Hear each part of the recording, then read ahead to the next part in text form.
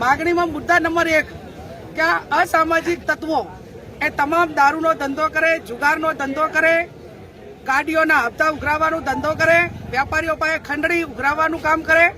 અનેક પુરાવો છતાં પોલીસ એમની સામે કાર્યવાહી કરતી નથી ને એટલા માટે કરીને એ પૈસામાં ચકચૂર બનીને જ્યારે એમનાથી પૈસા ઘટે ને સુવિધાઓ પૂરી ના થાય ત્યારે આ પ્રકારની બદલીઓ કરવાના પ્રયત્નો કરે છે.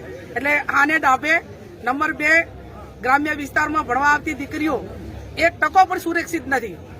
2 નંબરના બાઇકો લઈને સતત યુવાનો અસામાજિક તત્વો એમની સામે રેકિંગ કરીને ખરાબ ધંધા કરવા માટેના પ્રયત્નો કરતા હોય છે. બીજું, આવડો મોટો ઠાકોર સમાજ હોવા છતાં જો એ સમાજને જેમ ઢોર જુડે એમ નિર્ભય રીતે બેફામ રીતે મારતા હોય તો બીજા ગરીબ સમાજો તમે પહેલા દ્રશ્યો જોઈ લો. આ ગુજરાત છે. અહીંયા